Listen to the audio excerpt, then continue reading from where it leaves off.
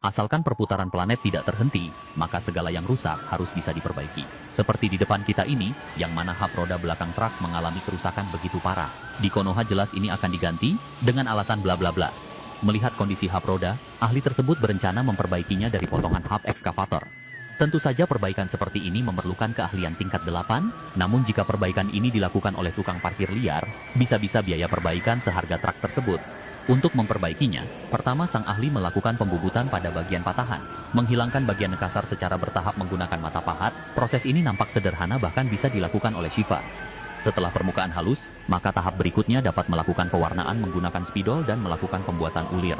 Hanya dengan cara ini, tingkat kesejajaran sambungan dapat diperoleh secara sempurna.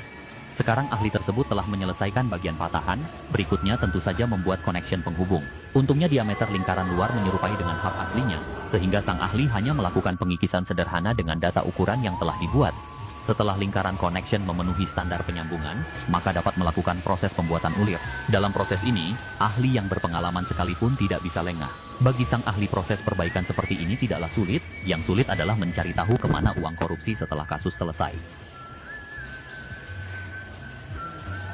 Lalu dapat menggabungkan connection yang dibuat dengan bagian patahan hingga menjadi kesatuan. Sekarang mengelasnya langsung dengan hub roda tentu tidak menjamin kekuatan. Untuk itu, sang ahli yang cerdas perlu melakukan pembuatan ulir lagi. Meskipun perbaikan seperti ini lebih rumit, setidaknya bisa membuat malaikat tersenyum melihat keterampilan sang ahli dalam melakukan perbaikan.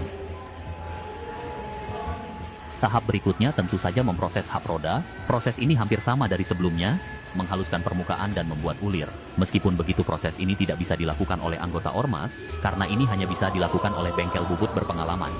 Sekarang ahli tersebut dapat menghubungkan semua komponen, agar sambungan tidak mudah lepas. Tahap terakhir adalah mengelas bagian sambungan tersebut dengan kawat las berkekuatan tinggi.